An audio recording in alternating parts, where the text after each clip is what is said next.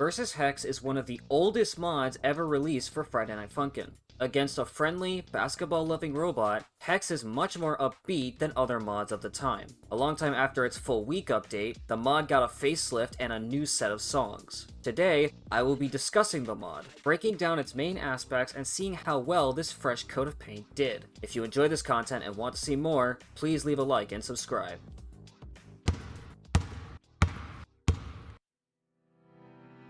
Starting with what catches the eye, the art of this mod is simple yet well made. Hex's main sprite does not have much movement to it, making its main aspect of the arrows on his screen more of the focus. He was originally going to have more movement, but the limitations of Daddy Dearest's sprite sheet is what led to his current depiction. As time passes with each song, the setting has different lighting for the evening and the night. In Glitcher, Hex becomes unstable as he tries to fight back against a virus, making his poses more expressive. The lighting is different here as a blue screen blocks out the sky. Later on, Boyfriend and Hex become bare-boned wireframes, painting the scene as entering a computer mainframe. Moving on to the weekend, Boyfriend and Hex perform on a stage with cyan lighting. The display in the background has design and color changes, stage lights will pop in and out, and there is even a slower portion with more dramatic lighting. Along with a crowd, the art is all about atmosphere.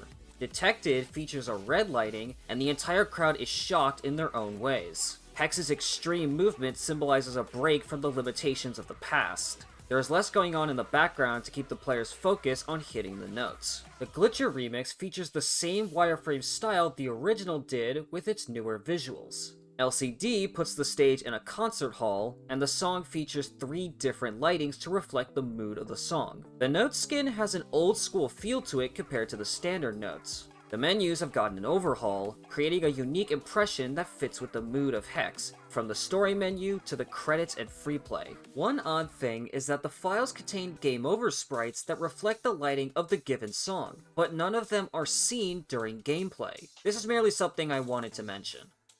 The art has a great charm through its simplicity.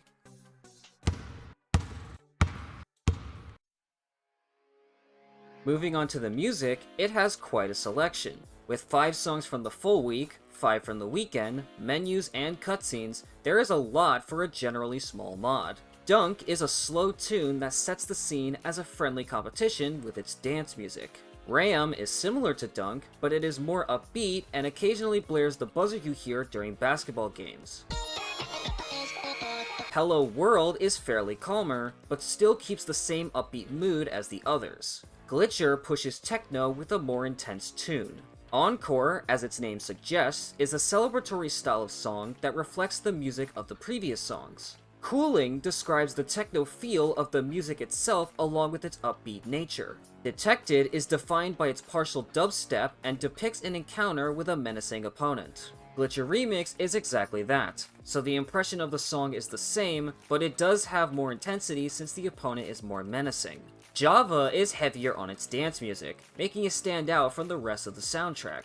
Lastly, LCD focuses on a techno feel while still upholding an upbeat nature that moves back and forth with its intensity. I have one issue with this song, that being the use of Boyfriend's week 7 vocals for one specific part. I found this to stand out in a bad way because it doesn't work well with the unique voice that Yin Yang created. Have a quick listen.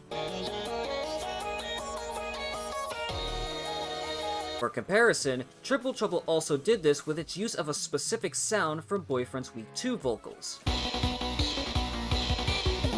These two voices are fairly similar, making it fit better, but for LCD, the distinct differences make it an outlier. The menu music has a similar feel to the music from Hextravaganza. The cutscene music is intentionally designed to set a mood, and the remixes of the pause and game over themes are a nice touch of atmosphere. The soundtrack has a consistent theme and plays to its strengths to create its desired mood.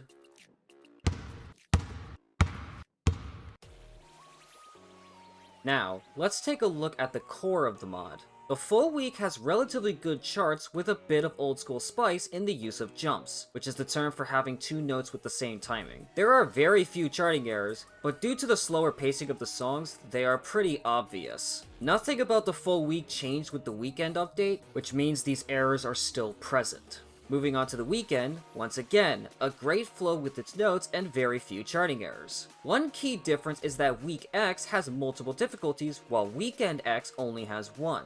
This is not too much of a problem because the charting is fairly easy across all of the songs. Detected is the only song with a mechanic. The UI is constantly moving in all kinds of different patterns, causing it to be harder to recognize what to hit and when. For as excessive as it gets, I enjoy this because it feels like a mechanic that an old school mod would do. It is still fair with its execution through keeping the UI in the same orientation, and even when it deviates from this, the notes to play are easier. If the mod reversed the orientation, that would be harder to process, thus being more difficult to play. This can also be done properly, but it gets problematic when it becomes too much. The extent that Detected went is a good spot. Another thing I want to mention is the option to skip intros. I understand that there is an intention, but for a rhythm game, this doesn't fit well. This is the same as the checkpoints attempt I mentioned in my Sonic.exe Round 2 analysis. I won't hold it against the mod, but I don't see the necessity for it.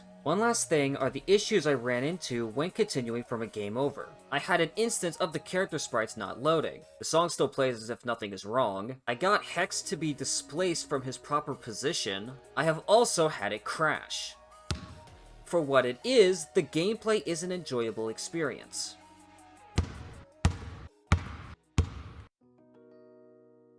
The last thing to look at is the writing that went into the mod. Week X tells of boyfriend and girlfriend wanting to relax after facing Witty, until Hex comes along. This time, however, Hex simply wants to have a good time, and he continuously asks boyfriend to sing songs because Hex is enjoying himself. The problem arises with Glitcher because a virus has gotten into Hex's programming. This story is different from most mods of the time. Weekend X continues the story with a whole new event, a lot of dialogue, and characters both new and old. There is also one animated cutscene to further the immersion. There are new menus, such as the jukebox and the gallery, and the credits mention the massive cameos from the multiple crowds in the weekend. The writing is very compelling and does well at world building. That is all that I have to discuss. Here is a recap of my scores for the mod. Versus Hex stuck to its roots with its old school style, contrasting with the current era of mods while still improving its quality. It has a lot to offer despite being a smaller mod, making for a classic that I find quite charming. Feel free to share your thoughts on the mod in the comments below. Until next time.